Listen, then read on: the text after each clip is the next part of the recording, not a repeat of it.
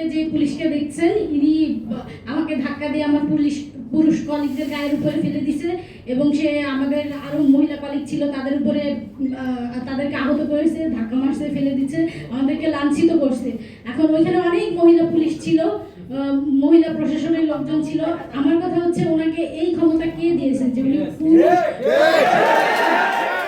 মহিলা পুলিশ উপস্থিতি থাকা সত্ত্বেও আমরা আমাদের কর্মসূচি শেষ করে যখন ফেরত আসবো তখন আমাদেরকে বিনা কারণে আমাদের গায়ে হাত দিল, আমাদেরকে লাঞ্ছিত করলো, আমাদেরকে ধাক্কা মারলো, আমাদেরকে মারলো, আমাদেরকে ফেলে দিল। কেন? পুলিশ কি এখনো তার রং বদলায়নি? পুলিশ কি এখনো সরকারের দোষর হিসেবে কাজ করছে? পুলিশ তো আইন শৃঙ্খলা রক্ষা করবে, তাহলে পুলিশকে এই ক্ষমতা কে দিল? কোন কর্তৃপক্ষের অনুমতিতে, কোন কর্তৃপক্ষের শক্তিতে এই পুলিশ এতটা শক্তিশালী হলো যে সে পুরুষ হয়ে মহিলাদের উপরে গায়ে হাত দেয়, মহিলাদেরকে লাঞ্ছিত করে? এতটা ধৃষ্টতা তাকে কে দিল? আমরা তীব্র নিন্দা জানাই।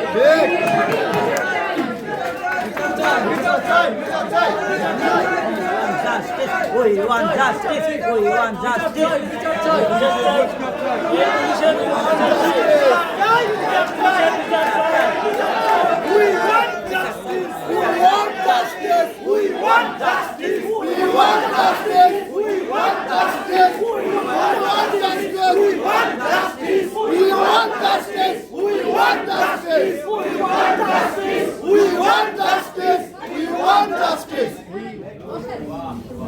আমি আরেকটা কথা বলতে চাই, সেটা হচ্ছে যে কর্তৃপক্ষ নিয়ে কথা হচ্ছে বা যেই অডিট অ্যান্ড অ্যাকাউন্ট ডিপার্টমেন্ট নিয়ে কথা হচ্ছে, অর্থাৎ সিএজি ভবন, অডিট ভবন, এটা একটা সাংবিধানিক প্রতিষ্ঠান।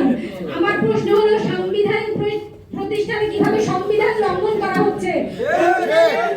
অনুচ্ছেদে স্পষ্ট করে বলা আছে প্রজাতন্ত্রের সকল কর্মচারী সমান অধিকার পাবে, কোনো জাতি, ধর্ম, বর্ণ নির্বিশেষে তাদেরকে বৈষম্য করা যাবে না। সিএজি স্যার একজন সাংবিধানিক পদের অধিকারী, সংবিধানের বলে এই প্রতিষ্ঠান, সংবিধানের বলে ওনার পদবি, তাহলে উনি কেন সাংবিধানিক প্রতিষ্ঠানে সংবিধান লঙ্ঘন করে যাচ্ছে বছরের পর বছর ধরে? তাহলে আমাদের সমাজ যারা সংস্কার করছে, বর্তমান আমাদের মাননীয় প্রধান উপদেষ্টা এবং অন্যান্য উপদেষ্টা এবং সকল সুশীল সমাজের আমি দৃষ্টি আকর্ষণ করছি, বাংলাদেশে যদি সাংবিধানিক প্রতিষ্ঠান না হয় তাহলে এই বাংলাদেশের কি সংস্কার করবেন আমরা?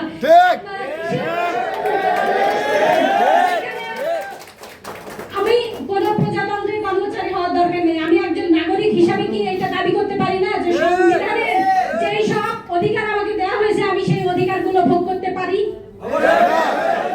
তাহলে আমাদের সাংবিধানিক প্রতিষ্ঠানে কিভাবে একজন সাংবিধানিক পদের অধিকারী হওয়ার পরেও সে সংবিধান লঙ্ঘন করে যাচ্ছে বছরের পর বছর, আর আপনারা এর কোনো পদক্ষেপই নিচ্ছেন না? সাংবাদিক ভাইয়েরা, আপনাদের কাছে অনুরোধ করছি, আপনারা যান যে আমাদের কর্তৃপক্ষকে প্রশ্ন করেন। আর অর্থ মন্ত্রণালয় মাননীয় অর্থ সচিবের দৃষ্টি আকর্ষণ করছি, আপনি কি সংবিধানের ঊর্ধ্বে? আপনি কি মহামান্য আদালতের রায়কে উপেক্ষা করার ক্ষমতা রাখেন? এগুলো কি সবকিছুকে আপনি যে বৃদ্ধাঙ্গুলি দেখিয়ে বারবার একটার পর একটা উল্টাপাল্টা জিও দিচ্ছেন, এই অদৃশ্য ক্ষমতা আপনাকে কে দিয়েছে? আপনার জন্য না, আমাদেরকে দেখানো হচ্ছে শৃঙ্খলা, আপিল বিধি, চাকরির বিধিমালা, আমাদেরকে সবজ দেওয়া হচ্ছে, আমাদেরকে বিভিন্ন ভয় দেখানো হচ্ছে। এখন আমি প্রশ্ন করতে চাই, এগুলো কি সংবিধানের চেয়েও বেশি ইম্পর্টেন্ট? যেখানে সংবিধান লঙ্ঘন করা হচ্ছে, যারা লঙ্ঘন করছে তারা আমাদেরকে এখন চাকরির বিধিমালা দেখায়। আমরা এই 16 বছর ধরে